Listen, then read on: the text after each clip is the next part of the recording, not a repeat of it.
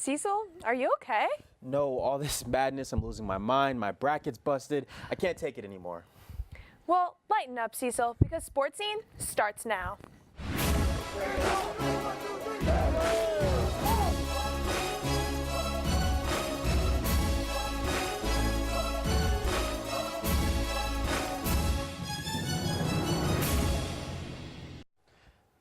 We've got all the March Madness updates you don't want to miss. I'm Faith Bonds. And I'm Cecil Hannibal. But first, USC baseball has a match against their biggest rival.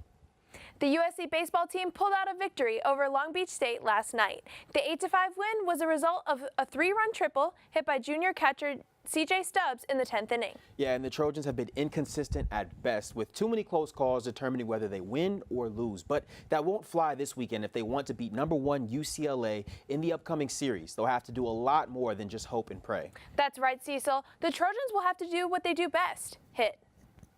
They'll need to rely on outstanding performances from powerhouse hitters like Stubbs, who's batting right around 300 this season. Other players who can make a difference are Chase Bouchard and Blake Sable, who have each 17 runs on the year. Another huge point of focus will be limiting runners left on base. This has been a major obstacle this season, causing some of those close call losses we've seen again and again. Yeah, and the last time USC and UCLA faced off, the Bruins came back from a 4-run deficit and won 7-5. Their star pitching rotation is the main reason why UCLA only allows an average of 3 runs per game. The Trojans will have to watch out for the right-handers Holden, Powell, Michael Townsend, and Jesse Bergen. Meanwhile, the Trojans' pitching has been underwhelming this season.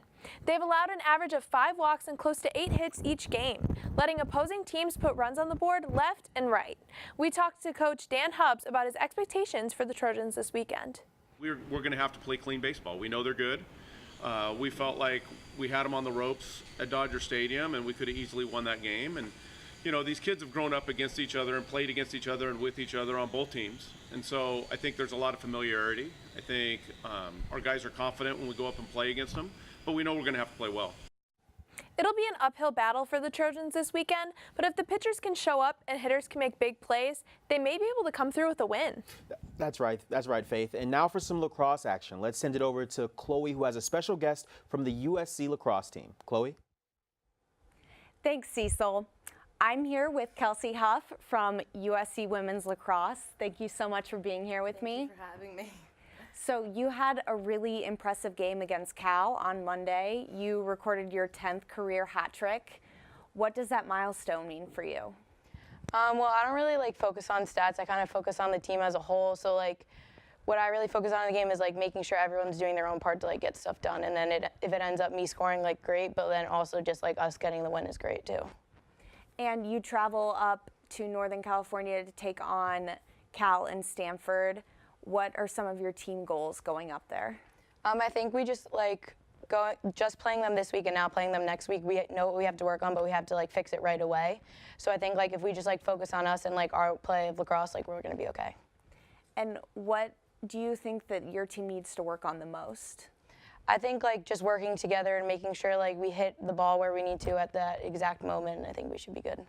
And going into the second half of the season, what are some of your goals and how are you hoping to end this season? Well, I think coming off of last year and how our season ended way too early than we expected, we're just hoping that we're really just taking it game by game, and then hoping eventually getting to Pac-12s, winning that, and then getting into the tournament this year. Is the Pac-12 difficult as a whole? Is it a tough conference? Yes, it is. I mean, I think everyone's kind of all the teams are very similar with how they play, so it should be interesting to see the tournament this year. And since you were knocked out in the Pac-12 tournament last year, how are you going to come into this Pac-12 tournament? How are you preparing? I think we're coming in very fired up and wanting to redemption and show how good of a team we can be. So I think just taking it again day by day at practice, I think we can make a good outcome. And do you have a favorite memory from this season so far? I mean, we have fun every day and stuff like that, but probably I can't even say literally every day we always have so much fun with each other. So I hope that we'll have one of those best memories later on. Definitely. And I'm assuming that you'll want to make it to the NCAA tournament this year. Yes, definitely. Well, thank you so much for coming and talking with me. Thank you for having me. Now let's toss it with an update on USC spring football with Liz. Spring football has reached the midway point with 7 games completed. The team is working under offensive coordinator Graham Harrell and his air raid offense, which emphasizes quick plays and relieving pressure from the quarterback. We caught up with JT Daniels about how he's adjusting to the new offensive scheme. Certain receivers do have to know more in terms of more positions, but it's a lot less number of total plays, and a lot of plays are based off certain rules. So if they remember the rules, they'll remember the play, no matter where they are. Daniels is not the only quarterback competing this spring. USC has 3 other quarterbacks looking to start under center in 2019. Matt Fink served as a backup last season, appearing in 4 games, and Jack Sears started against Arizona State after both Daniels and Fink suffered injuries against Utah. Keaton Salvis enrolled early this spring as a 3-star prospect. He threw for 18 touchdowns in his senior season at Desert Allen High School in Scottsdale, Arizona. USC's next practice is tomorrow at Howard Jones Field. Now let's kick it off at the desk. Thanks, Liz. Well, March Madness is well underway, and I'm joined by Steven Zlotolo, Jillian Carroll, and Cecil Hannibal to break down some March Madness predictions. Are you guys ready? Ready. Are your markers fired up? My markers are ready. Fired up. All right. I don't lose. I don't take L's. Okay, all right. So, first question for you guys. Out of the 4 number 1 seeds, who won't make it to the Final Four? Okay. All right, Cecil, you finished first, so go ahead. I'll go first. I hope my handwriting is readable, but I'm going with UVA, Virginia, right? They play Oregon this week, and Oregon has been 20 of 40 in threes the last 2 games, first 2 rounds. They've been shooting the lights out. I think they can knock out Virginia. Okay, all right. I'm going to go with Gonzaga. They're playing FSU this week, and they've had some trouble making some offensive opportunities for themselves, but FSU's defense is on fire, so they can face some issues tomorrow in their game. I have UNC, and I think the Tar Heels, by far to the 1 seeds, have the hardest road left to get to the Final Four and to eventually win the tournament. This week alone, they're playing Auburn, who Auburn's coming off 10 straight wins and an SEC title, certainly poised for another upset. So I think UNC is going to have trouble making it the distance. Absolutely. Well, I can feel it firing up with these hot takes. Next question. Out of the underdogs, who has the best chance to win it all? Yeah. Ready for a hot take? Oh, I'm ready. I was born ready for this hot take. Give it to me, Cecil. What do you got? All right, this is going to shock you. 3 seed Purdue, right? They have one of the best scorers in the tournament right now. I know we have Zion, there's all these amazing RJ Barrett, but I hear you. But Carson Edwards had 42 points against Villanova, right? He's a future NBA star, in my opinion. That's true. I think he's an amazing scorer, and Purdue can knock off Tennessee. I said it here first. Wait for it. All right, I guess we'll stay tuned. Jillian? I'm going to go with LSU. The Tigers have the strength and size to rival any team going into this tournament. And with players like Tremont Waters and Naz Reid, they can take it all the way. I think a team that should not be overlooked is Houston, another 3 seed. Houston is currently 33-3 this season, which is unbelievable. And just last game, they played Ohio State and had 12 forced turnovers, which if a team could pull that again, I have a hard time seeing them lose. They broke my bracket, by the way. I'm really mad at them, but. Awesome. Well, last one, guys, and I really want you to put your heart into it. Heart and soul. Biggest heartbreaker for your bracket so far. Think back to when you were checking the score to a game and your stomach just sunk because your bracket was busted by this team. You want to see me cry on TV, don't you? You want to see me cry on live TV? That's crazy. I'll go first. I'll try to hold back the tears. But Georgia State University. I'm an alma mater. I'm an alumni. Oh, boy. And I really thought we could beat Houston in the first round. I don't know why, but I thought this was our year. Houston's a great team, but we just couldn't hold. And then on top of that, we lost, and our head coach is leaving to go to Tulane. So our program is in shambles right now, but I'll cry when I get home. Yeah. All right, Jillian? I got to say, my bracket's not broken yet. Zion Williamson has my heart, and I think Duke is going to take it all the way. It was close there. It was close there for a I was minute. a little scared. I was. But your heart is still in it. Oh, I yes. love it. Okay, Steven.